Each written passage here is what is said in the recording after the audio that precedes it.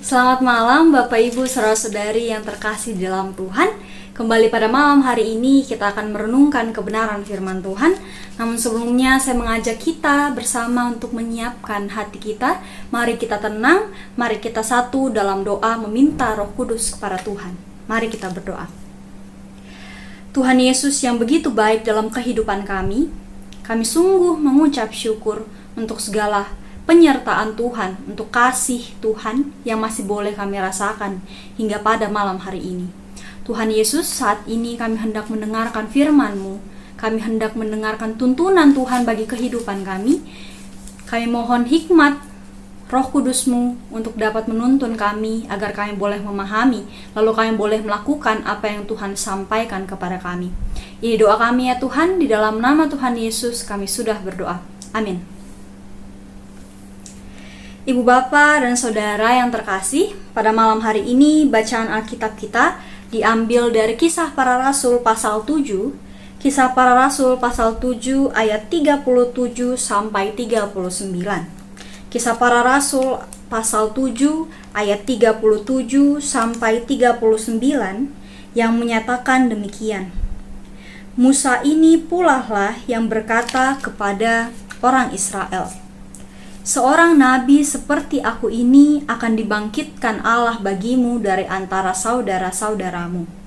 Musa inilah yang menjadi pengantara dalam sidang jemaah di padang gurun, di antara malaikat yang berfirman kepadanya di gunung Sinai dan nenek moyang kita. Dan dialah yang menerima firman-firman yang hidup untuk menyampaikannya kepada kamu. Tetapi nenek moyang kita tidak mau taat kepadanya, malahan mereka menolaknya. Dalam hati mereka ingin kembali ke tanah Mesir. Demikian pembacaan Alkitab kita. Terpujilah Kristus, haleluya.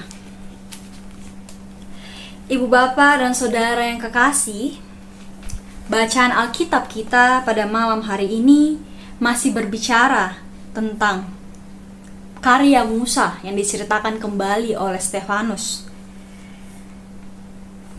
Namun dicerita pada malam hari ini tentang karya Musa adalah ketika Musa telah dipercayakan oleh Allah untuk membebaskan bangsa Israel dari Mesir. Bacaan kita malam hari ini mengingatkan bahwa Musa yang pada saat itu menjadi perantara antara Allah dengan bangsa Israel tidak selalu didengarkan oleh bangsa Israel. Bahkan terkadang bangsa Israel justru ingin kembali ke Mesir karena mereka merasa bahwa hidup mereka lebih terjamin ketika mereka ada di Mesir, sekalipun mereka harus disiksa, sekalipun mereka harus kerja paksa. Dan pada malam hari ini tema perenungan kita adalah menjadi pengantara. Ibu Bapak dan Saudara yang terkasih, dalam konteks bacaan kita berkaitan dengan pengantara atau perantara, mungkin setiap kita akan berpikir bahwa yang dituju atau yang dimaksud dengan pengantara dalam bacaan kita adalah pendeta, adalah seorang pendeta yang berkhotbah di atas mimbar, yang setiap hari menyampaikan firman Tuhan. Namun hari ini kita bersama mau belajar bahwa sebenarnya perantara antara Allah dengan manusia, dengan ciptaan yang lain adalah setiap kita. Tidak harus jadi pendeta. Setiap kita adalah pengantara. Mengapa demikian? Karena setiap kita sudah diberikan tanggung jawab oleh Tuhan untuk dapat menyatakan kasih kepada sesama dan ciptaan yang lain, dan setiap kita juga telah diberikan Roh Kudus yang menjadi tuntunan dalam kehidupan kita.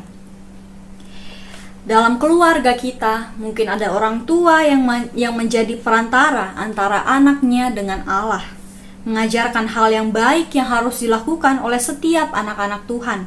Lalu anak-anak boleh menjadi perantara antara Allah dengan sesamanya, dengan melakukan hal yang benar sebagai contoh agar orang lain juga turut melakukan hal yang benar.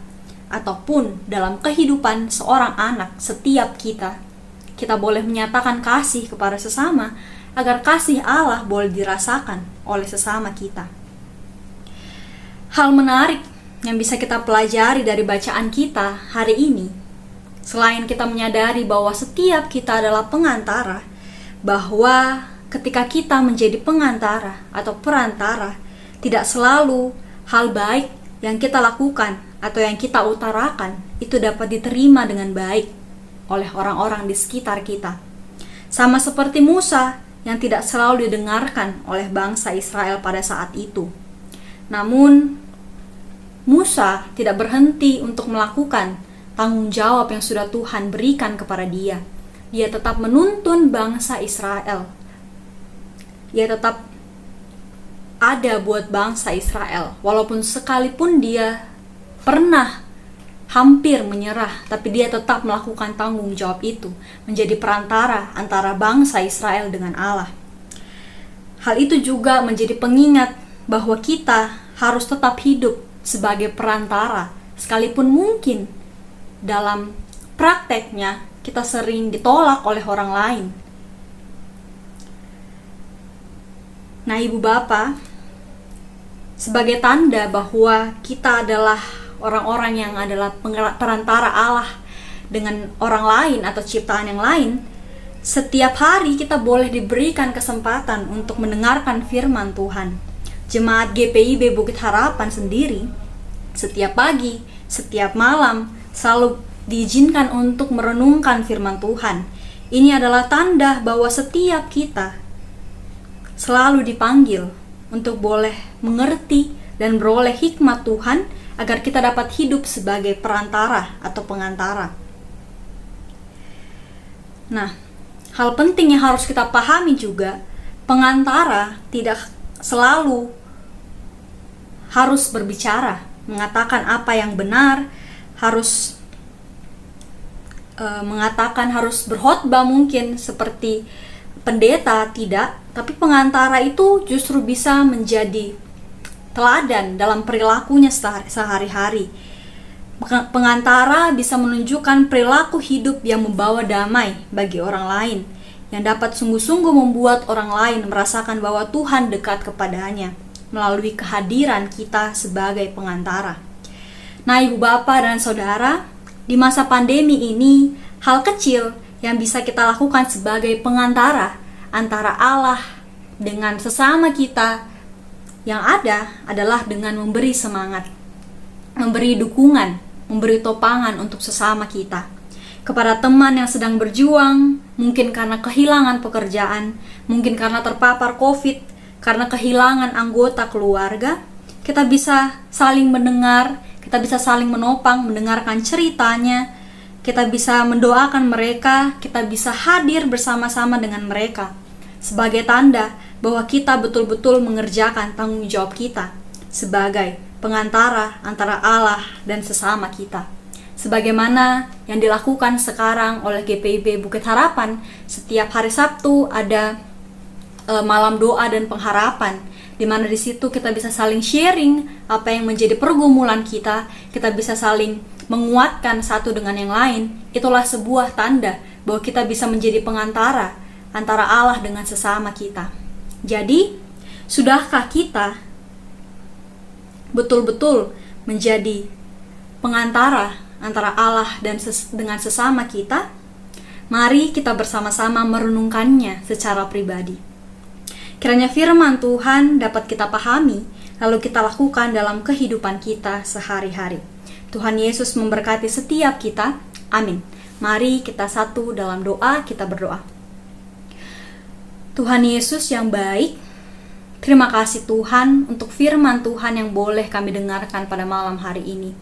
Terima kasih ya Tuhan untuk tanggung jawab yang Tuhan berikan kepada kami, agar kami boleh menjadi pengantara, kami boleh menyatakan kasih kepada sesama kami, karena Tuhan percaya kepada kami untuk kami boleh melakukannya. Kuatkan kami, mampukan kami ya Tuhan, untuk kami boleh senantiasa hadir bagi sesama kami, bagi ciptaan yang lain, agar melalui perilaku kehidupan kami, kasih Tuhan, penyertaan Tuhan boleh sungguh-sungguh dirasakan oleh setiap orang yang kami temui, bahkan setiap ciptaan yang ada ya Tuhan. Ya Tuhan, saat ini kami hendak beristirahat dari berbagai aktivitas kami. Kami mau berdoa untuk segala hal yang kami pikirkan, segala hal yang menjadi pergumulan kami. Kiranya Tuhan mau hadir untuk menopang kami, agar kami boleh melalui pergumulan kami dengan tuntunan kasih Tuhan. Dan pada malam hari ini ketika kami beristirahat, kiranya Tuhan menjaga kami agar kami bisa beristirahat dengan nyenyak, dan di esok hari kami boleh bangun dengan kekuatan yang baru yang Tuhan anugerahkan kepada kami. Untuk itu ya Tuhan, Engkau yang tahu apa yang kami butuhkan dan apa yang kami perlukan. Kami mau serahkan kehidupan kami ke dalam tangan-Mu. Ampunkanlah salah dan dosa kami ya Tuhan, lalu Tuhan sempurnakan doa kami ini. Di dalam nama Tuhan Yesus kami sudah berdoa. Amin.